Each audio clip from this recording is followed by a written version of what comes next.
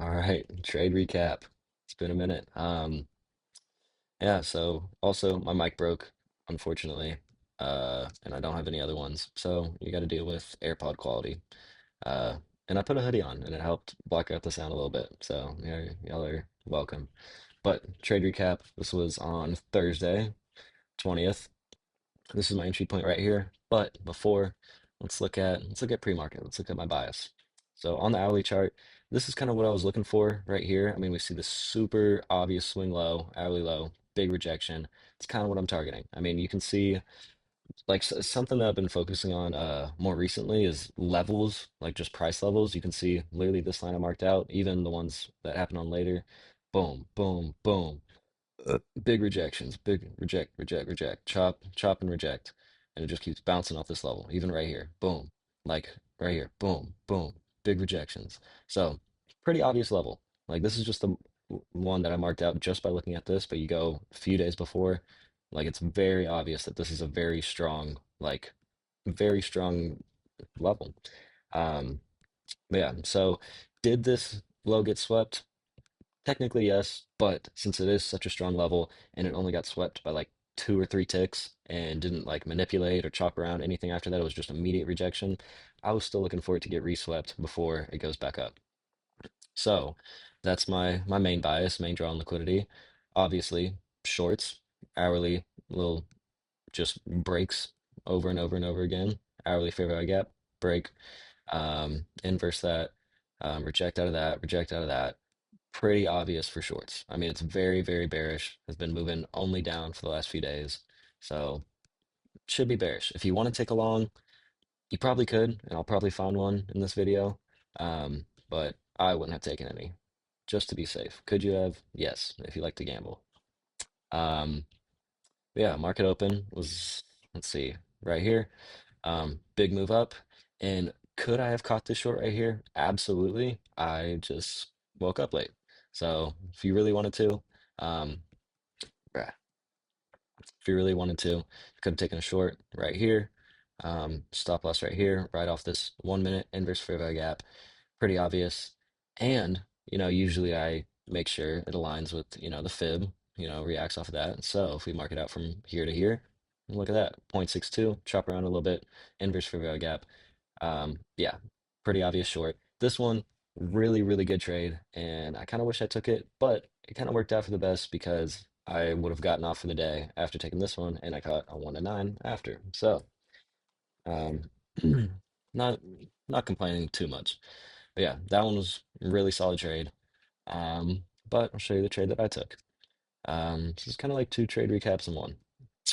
All right, so from there, what I was looking for. I mean, I was thinking about going off of this, just this one right here, because it did come back up after this break of structure, after rejecting out of that hourly fair value gap. But I'm going, based off the fib as well. So from here to here, hit 0.62, rejected off it, and that's why it came back up here. So this is the long you could have taken. So literally this low got swept, broke structure right here. I'm sure on like the 5 second or 15 second, could have entered off that and then taken it to zero point 0.5 or 0.62 of this move down. But short bias. So could have entered right there, but stop loss or risk to reward would have been terrible. Would have been like a 1 point something, which I say terrible, but actually it's not that bad. I mean, a win's a win. But I was just looking for another entry point after that, which I'm really happy I didn't take this one because this would have just been horrendous to sit through, like a whole hour of chop. But it came back up. And then, like I said, with the levels right here, like literally at 0.62, boom, boom, boom. I'm sure it happened before. Boom, boom. Um, yeah. So pay attention to the levels because that's at 0.62, which is this low, and then this highs or these highs keep projecting off of it. So yeah, pretty good levels. I mean, you can even see right here, once it hit this one, bounced up, went up a bunch, then chopped around this one, and you technically like could have entered a short once it came back up here, but you just have to be careful with your stop loss. But after it hit this one, still came back down here, and if you entered off this level again, without it even sweeping that, still shot right back up to this level. So levels are very important. I'm starting to try to learn more about those when taking trades. But go on, continue with the trade recap. So again, here, go on the 5 minute. So I was pretty much just looking for a higher time frame fair value gap for me to enter off of. And after I did this, just chopped around a bunch, swept out all these highs. Ideally, I wanted it to sweep out this one, but just because that level was there and it kept rejecting off of it, I didn't think it was going to sweep. So rejected off that level, broke structure, inverse this 5 minute gap. So I'm still very short biased.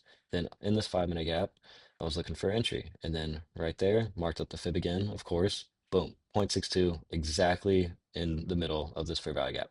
So just confirm my bias even more, then go down to the 1 minute and then look for an entry from there. And, lo and behold, 1 minute inverse fair value gap, beautiful.